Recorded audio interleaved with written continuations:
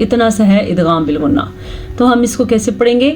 فریقا من اموال الناس. ٹھیک ہو گیا.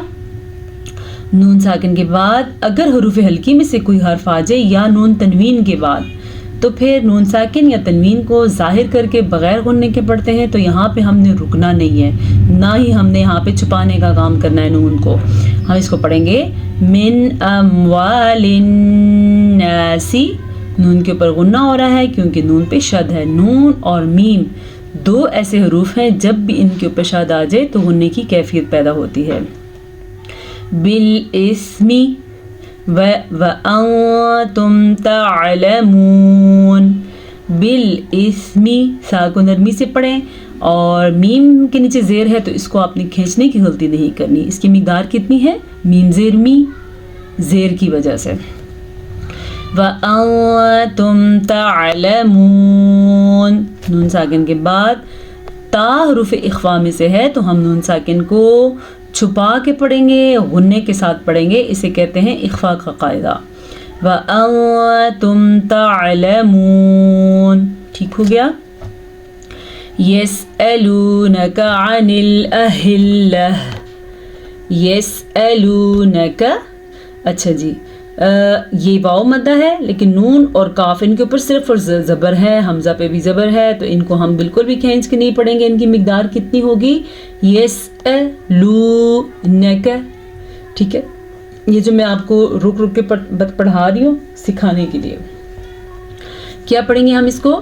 يَسْأَلُونَكَ عَنِ الْأَهِلَّةِ. عَنِ الْأَهِلَّةِ.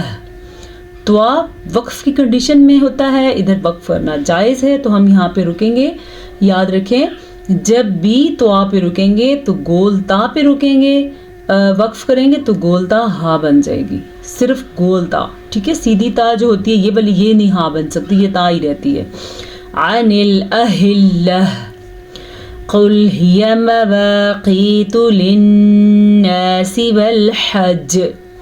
قل هي قاف کو موٹا پڑھے، قاف موٹے پڑھی جانے والی حرف ہے اور ہا کے مخرج کا دھیان رکھیں. یا کو لمبا نہیں کرنا، یا پہ زبر ہے. قل هي مواقیت. میم زبر ما، واو زبر الف وا، موا.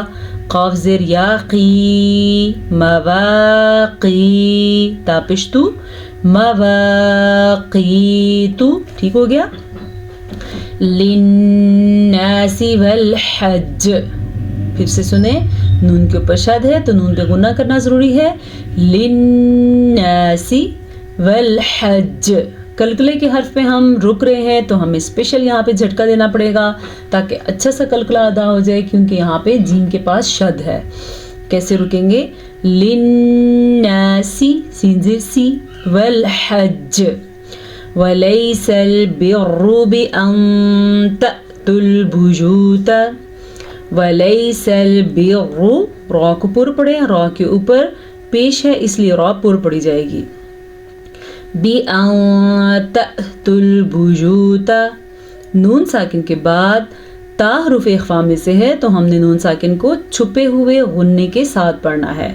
بِأَن تَأْتُوا الْبُيُوتَ من ظہورها. زوا کو پر پڑے، ہا کو حلق کے آخری حصے سے پڑھتے ہیں جو بالکل آخر میں ہوتا ہے، سینے کے ساتھ ٹچ ہوتا ہے. اسے کہتے ہیں آخری. اس کا نام ہے، ایک تو ہوتا ہے وسط حلق، ایک ہوتا ہے ادنائی حلق، ایک ہوتا ہے انتہائی حلق. حلق کا آخری حصہ. ٹھیک ہے. اس کا نام ہے انتہائی حلق. وہاں سے ہا نکلتا ہے تو آپ نے کیا پڑھنا ہے؟ کدھر گیا یہ؟ من ظہورها. زوا کو پر پڑھ لیجئے گا کیونکہ زوا تو ہمیشہ ہی پر پڑھا جاتا ہے. وَلَكِنَّ الْبِرَّ مَنِ اتَّقَى. نون کے اوپر شد ہے تو نون کا غنہ ادا کرنا پھر سے لازمی ہے. غنہ کیسے ادا ہوگا؟ وَلَكِنَّ الْبِرَّ واو زبر وا، لام کھڑی زبر لا، زبر اور کھڑی زبر کا اندازہ کر لیں. وَلَكِنَّ الْبِرَّ مَنِ اتَّقَى. قاف موٹی ہے اور اوپر کھڑی زبر ہے، دونوں چیزوں کا دھیان رکھنا ہے. یا سائلنٹ ہے، یا یہاں پہ نہیں پڑھی جائے گی. وَأْتُوا الْبُيُوتَ، وَأْتُوا جھٹکا یاد ہے نا، حمزہ کے اوپر ساکن آ جائے تو جھٹکے کی کیفیت پیدا ہوتی ہے. وَأْتُوا الْبُيُوتَ مِنْ أَبْوَابِهَا، مِنْ أَبْوَابِهَا. نون ساکن کے بعد حمزہ حروف ہلکی میں سے ہے تو نون ساکن کو ظاہر کر کے پڑھیں گے. با کے اوپر قلقلہ پڑھیں گے، با حروف قلقلہ میں سے ہے.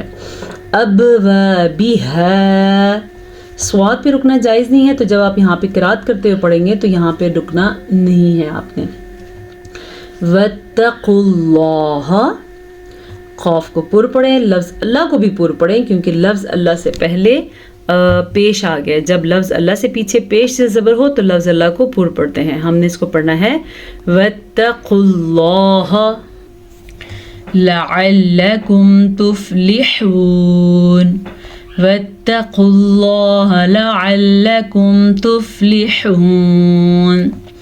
لام زبر لا، عین زبر لام عل، لعل لام زبر لا، لعلکم لمبا نہیں کرنا کیونکہ تینوں کے اوپر زبر ہے، زبر کی مقدار بہت چھوٹی ہوتی ہے. تفلحون، جب ہم زبر کو لمبا کرتے ہیں تو وہ کھڑی زبر بن جاتی ہے یا الف مدہ بن جاتا ہے. اگر ہم زیر کو لمبا کرتے ہیں جیسے یہ ہے لام زیر لی، اگر ہم اس کو لمبا کریں گے تو یہ کھڑی زیر بن جائے گی. یعنی کہ اگر کوئی پڑھتا ہے تفلیحون یا تفلیحون، تھوڑا سا بھی لمبا کرتا ہے تو کھڑی زبر یا کیا بن جاتی ہے، یا مدہ، معاف کیجیے گا. اور اگر ہم پیش کو لمبا کرنے کی غلطی کرتے ہیں جیسے کہ یہ پیش ہے تو وہ الٹا پیش بن جاتا ہے. تو ہم کسی بھی حرکت کو کیسے بدل سکتے ہیں؟ جیسا کہ اللہ تعالیٰ کی طرف سے ہمارے پاس قرآن آیا ہے، ہم نے اس کو ایسا ہی پڑھنا ہے. جیسے کہ یہ ہے یقاتلونکم، اگر ہم اس کو کھینچ کے پڑھیں گے تو یہ بنے گا یو الٹا پیش، تو یہ بڑی غلطی ہو جائے گی. لعلکم تفلحون، ہاں پہ دھیان دیجیے گا. وقاتلوا فی سبیل اللہ، وقاتلوا یہ موٹا قاف ہے اور الف مدہ کے ساتھ ہے تو اس کو ہم کھینچ کے پڑھیں گے، جبکہ واو کے اوپر زبر ہے اسے ہم کھینچنے کی غلطی نہیں کریں گے. وقاتلوا، تلو زیر واو مدہ. فی سبیل اللہ الذین، فی یا مدہ، سبیل اللہ الذین، لفظ اللہ سے پیچھے زیر ہے تو ہم لفظ اللہ کو باریک پڑھیں گے. ٹھیک ہو گیا؟ جبکہ یہ لفظ اللہ ہے اس سے پیچھے زبر ہے، اس لفظ اللہ کو ہم پر پڑھیں گے. یقاتلونکم، قاف موٹا پڑھیں گے، یقاتلونکم. ولا تعتدوا، ٹھیک ہے، ولا تعتدوا، تعتدوا. اگر کوئی اس کو تعتدوا پڑھتا ہے تو وہ غلط پڑھ رہا ہے. عین کہاں گیا بھائی؟ عین کو نکالیں. ولا تعتدوا.